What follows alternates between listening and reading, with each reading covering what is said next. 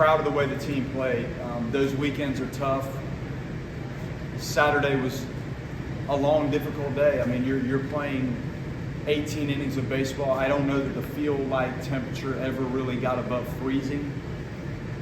Played well. Sunday, fine. Commercial flights. By the time these guys got back to their apartments, my guess is it was probably 1:30 or 2. And then to unwind and actually get to sleep, I mean, it was probably 3 o'clock in the morning. And then you have to re-engage school, and that's a winning team that was on the other side of the field tonight. That's a winning team. They've played good baseball all year. They have a new coaching staff. They've added some nice pieces. For us to play that way, it starts on the mound, and Payton wasn't getting ahead early. Micah did a nice job of maybe going to the secondary pitch, the slider, to try to find a way to get ahead. But his stuff is good enough, and there's a mixture of things that allows him to navigate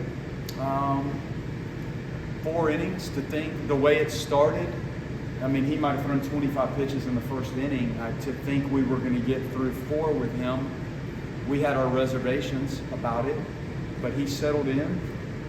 Solid defense. Again, that does help. Lodice's backhand play. Max in center field.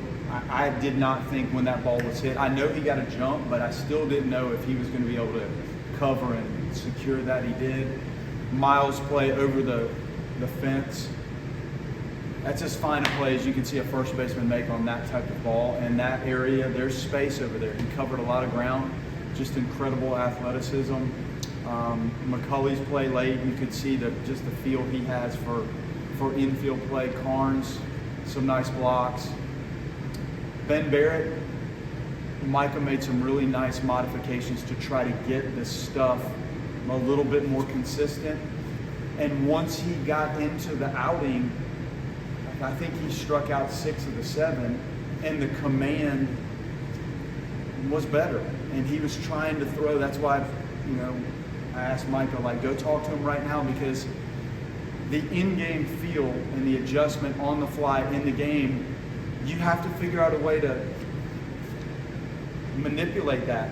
You can't stop and go do drills and do your side work. It's got to happen on the fly. And Micah did a nice job of tightening him up and getting that fastball where it wasn't so down. It needs to be in the bottom of the zone, but it was clearly under. And then he got to the slider, and the hitters were giving you all the feedback you needed. Micah did a nice adjustment on Marlowe, lowered the slot a little bit. It really looked good. The changeup was exceptional, even to the lefties. A couple good sliders, moved the fastball around. Just proud of the way we played. The at-bats, top to bottom. For me to go through those, I can't.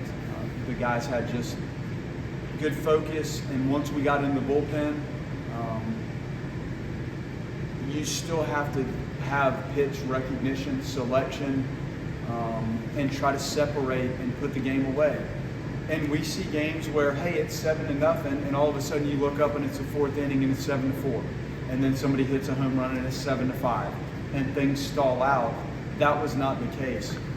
They played with energy the whole night, clean, proud of them. And when you just show up and watch this game, you see the Noles play a good game, but to get through the weekend and then to show up and play like that with the difficulty and the challenge of the length of the day on Saturday, and then the long day, including the travel Sunday, just well done by the guys. Just how much toughness has this group shown you over these last 4 games after the end of the Wake Forest series and then the loss of Wake Forest on Tuesday? When we sat in here after the end of the Wake Forest series, you felt like we had no answer on the mound. We couldn't contain things. Their hitters seemed one step ahead of us. I still can't quite explain it. Hard to shake that off. And then I think was the Florida game the next one? Yeah, good ball game, but it's an L any way you draw it up. And then off you go. to a team that plays well in their venue. Their fans are into it. It's always unique there with the wind and the temperatures and the turf, and you got a lot of things that you're not accustomed to. And we went in and played as well as you could ask a team to play.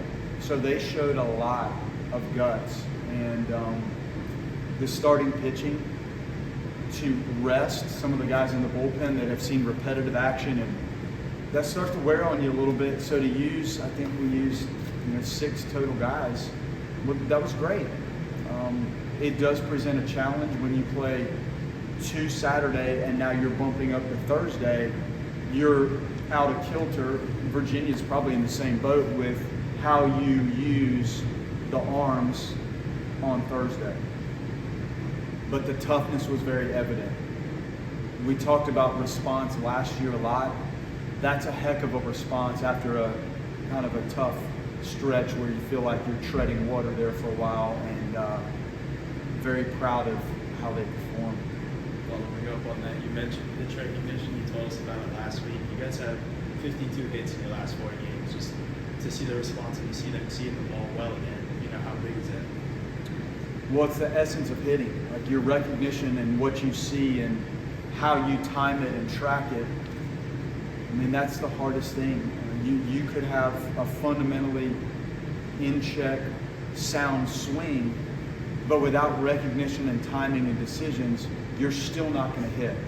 There's people that function that may have unorthodox, quirky swings that have really mastered the art of the recognition and the thoughtfulness and using parts of the zone and thinking through the at-bat. And we're improving. It's not a finished product, and it's not where I really want it to be. There will be ups and downs in this. We've seen it in these 35 games, but I think you see some growth. I see some of the younger guys growing. I feel like some of the guys that went through these experiences with us last year have also improved. That's all I can ask for. And then when the dust settles, you hope there's enough there to come out on top. I'm seeing improvement. I'm not seeing complete, competitive, flawless at-bats, but you do see modifications and some progress in the right direction with the guys. What does having Chase back bring you just a lot? I'm still learning him as a player. He's played in, is this the 9th game he's played in? 10th? But he hasn't finished them. So 3 or 4 of those, he did not complete the game. But you just see the get up and go, the energy, the ground ball, the ability to use the field. I mean, he used the field just in this game today. He did it at Virginia Tech. And when he gets on the bases, I've coached a lot of very advanced base runners. I haven't seen that kind of explosiveness and get up and go. I haven't. So once he learns some of the finer details of the jump and what to look for and the lead and the sliding and playing the game in a manner that allows you to complete the games and pick times when maybe you need to throttle back a little bit, he's going to get there. But man, it's a different dimension to the sport. And you know it the moment he's out there and at the plate and on the bases. Everybody in the stadium can feel it. Our team, the opposing team, all of you, the fans, it does add a niche to this that's really special. Just how enjoyable is it to watch him play, the energy that he plays with, the intensity that he plays with? It's contagious. It's passion for every pitch of the at-bat. And my guess would be there's a lot of players in our program and at the major league level, other programs that probably have that same delivery.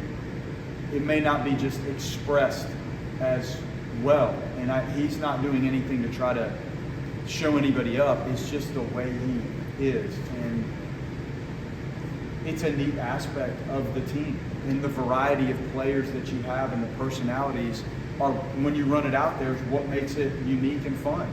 And he's a big part of it.